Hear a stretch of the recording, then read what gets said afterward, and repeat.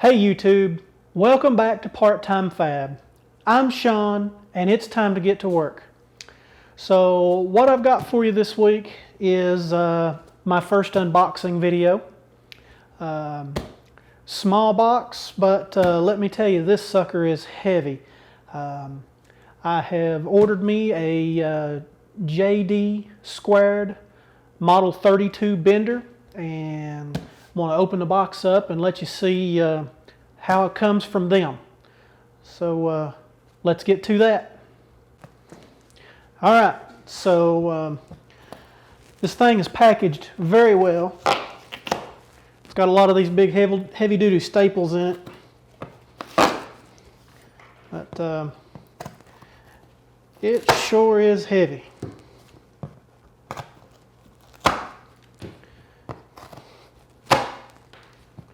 They definitely don't want this coming out on its way here.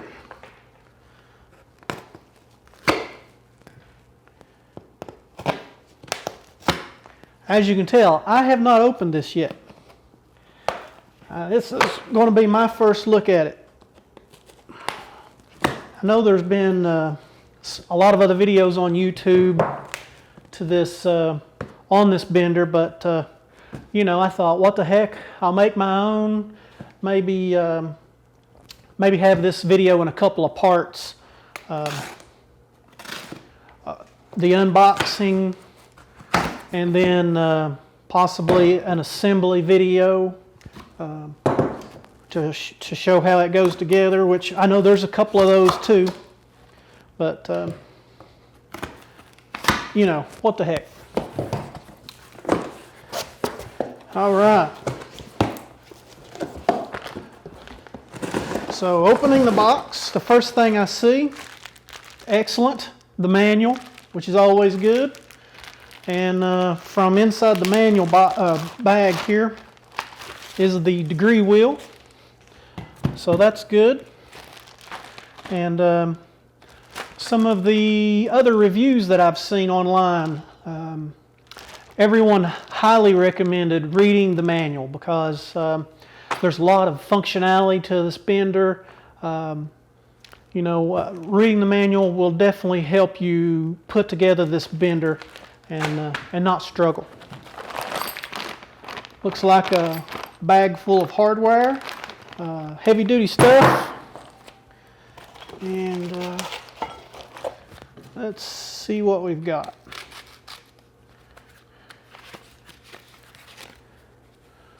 Not sure what that is just yet, although that could be a, I don't know, could be a mounting bracket. The Model 32 doesn't come with a the stand. You can buy your stand separately, or build your own stand, which I plan on building my own stand. That'll be probably another video that we'll be doing soon. Need to get down to the scrapyard. Man, these are some meaty pins. I mean, that thing, there's no way you can break that. You'd really have to be putting way too much torque on these pins to break these pins, because they that's probably an inch for sure. That's an inch right there. See what we got here. Got some bolts. These are the bolts that you will assemble it and mount it to your stand with. Lay those out. And here is the shaft you will use to bend your tubing with.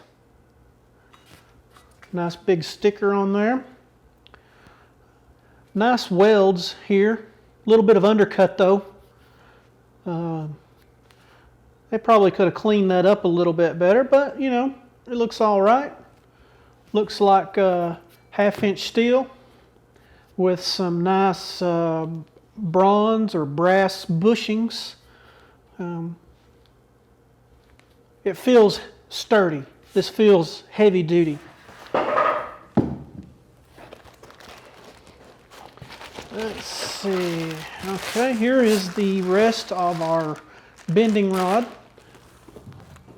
This will get inserted into here, and there is a place for a pin to go right there. So we'll lay that to the side.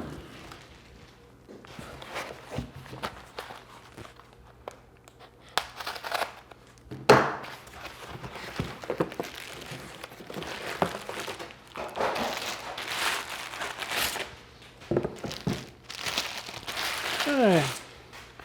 Here is your bars that are used to ratchet the unit.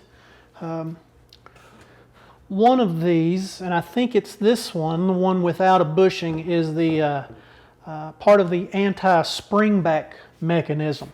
This unit has two anti-spring back units.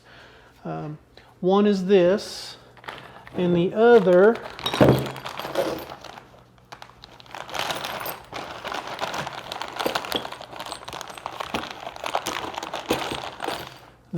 is this unit here. This will sit in the top of the top rail, and as you're bending your tubing, there are holes that are in the dies, and when this reaches a certain point, it will fall down in and keep the bender from springing back as you're bending the tubing. So, all right, we'll lay these to the side. And this is the last.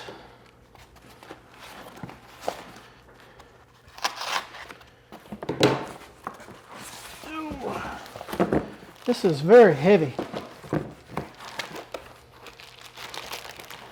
All right.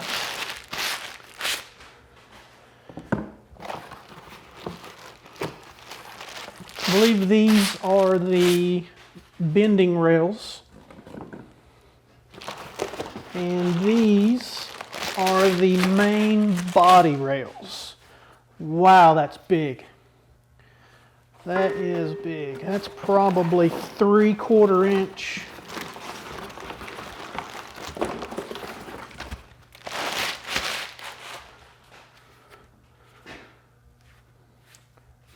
That's huge.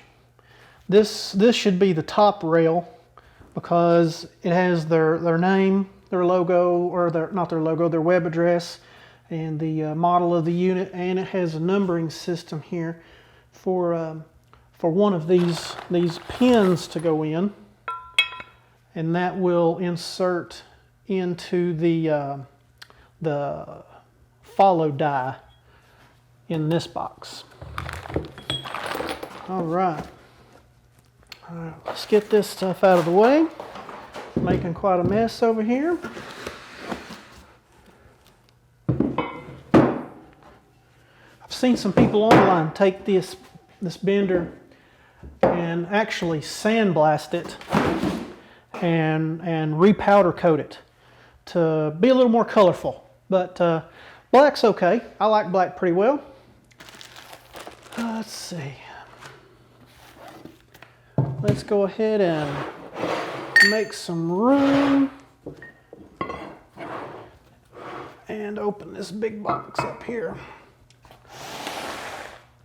All right, this box has our bending dies in it. Since Project Bent Bar will be 1 5/8" tubing, this is an 1 5/8" die. There's some more of these monster staples. You do not want to get one of these stuck in your hand. I have had that happen, and it is no fun.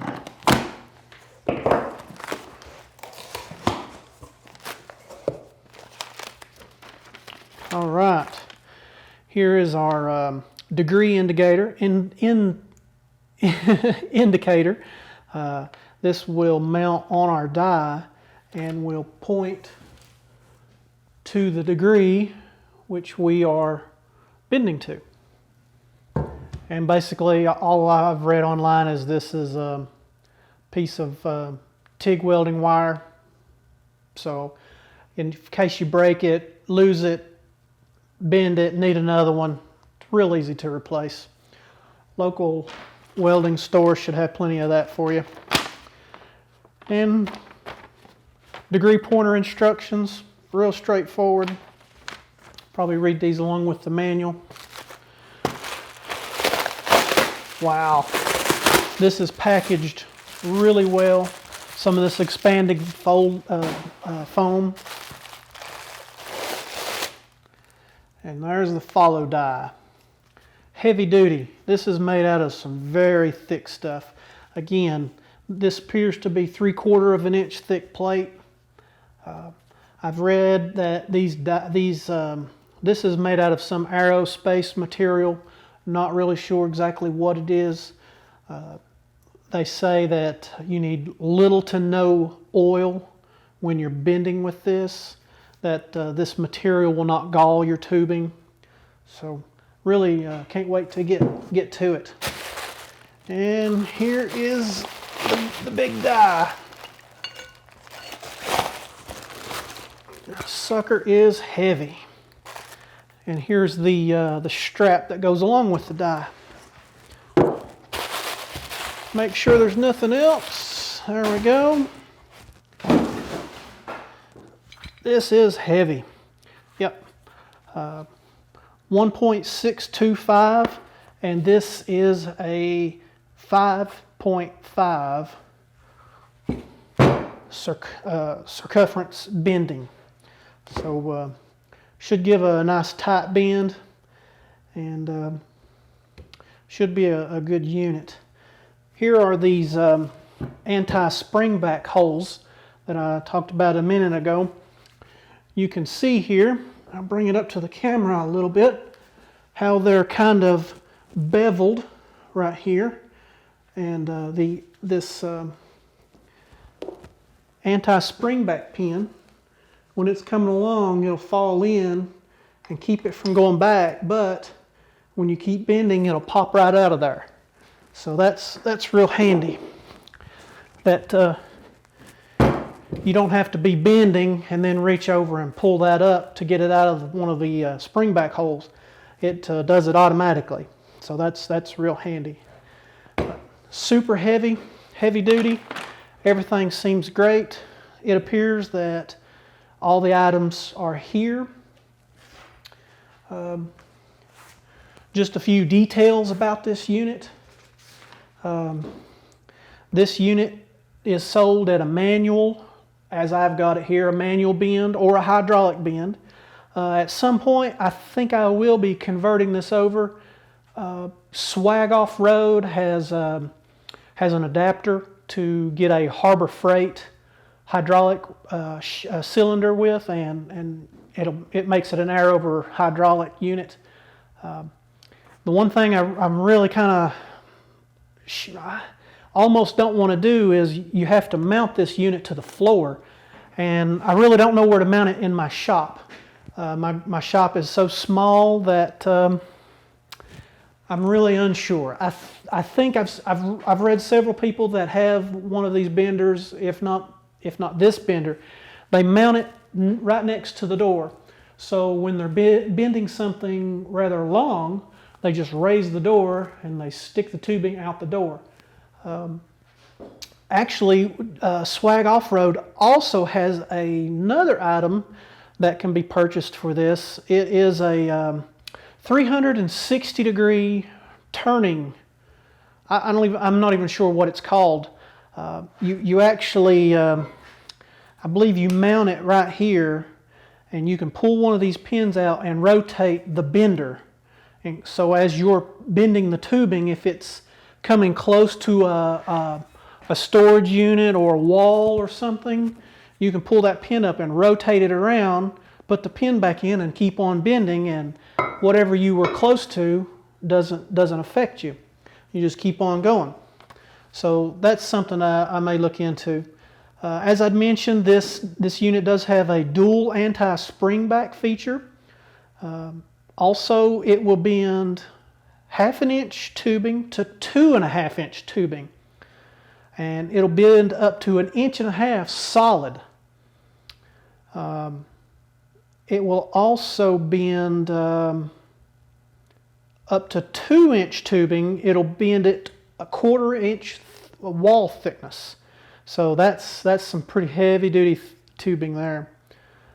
If you go any larger than 2-inch, and I think it'll go up to 2.5. When you get over that 2-inch, you can only bend 1/2 wall thickness. So, and this unit you can also buy square tubing dies for it. And the website says it'll bend 1/2 inch to 1.5 inches. However, when you go and look at their dies, you can buy a die that'll bend 2 inches. It does say the max thickness on that 2-inch square tubing is 0.188. So that's still in itself, that's pretty thick. Never know. Might need to do that around here. Probably not. I hope not, because the die is really expensive. I looked up some pros and cons on this unit online. I really couldn't find any cons per se. I did find some pros that kind of lend itself to me. I mean, at $395, this unit is a little expensive, but in the grand scheme of things, when you're working on race cars and whatnot, $400 really is not that bad. It's really not. One good thing about this unit, it is upgradable. You can buy the manual, and then later you can buy the JD2 hardware to upgrade it to hydraulic, or you can go with the swag off-road or make your own. I've seen quite a few people online make their own air over hydraulic to do that. So, and another pro is it can bend heavy steel, so that's real important. But one of my factors for wanting to buy this particular unit is where I live in Southwest Virginia. JD2, their headquarters is just a few hours down the road. I mean, it's within a 2-hour drive from here. So I actually want to go down there sometime. Maybe they give shop tours. I don't know, but I'd really like to go see that place. They got a lot of pictures online. Looks like a big facility, but maybe one day get down there. Might even take you along if I can. Never know. But that's the unboxing. That's pretty much it. Probably this will be part 1 of a 2 or 3 part series. I'm not sure just yet on getting this unit together, and on the next video we'll assemble it. So that'll probably be its own separate video. So until then, thanks for tuning in to Part-Time Fab. Always remember to rate, comment, and subscribe to my channel. Let me know how I'm doing. Again, still new at this YouTube thing. You never know, the audio may not work at all on this video. So, but please rate, comment, subscribe. See you next time on Part-Time Fab.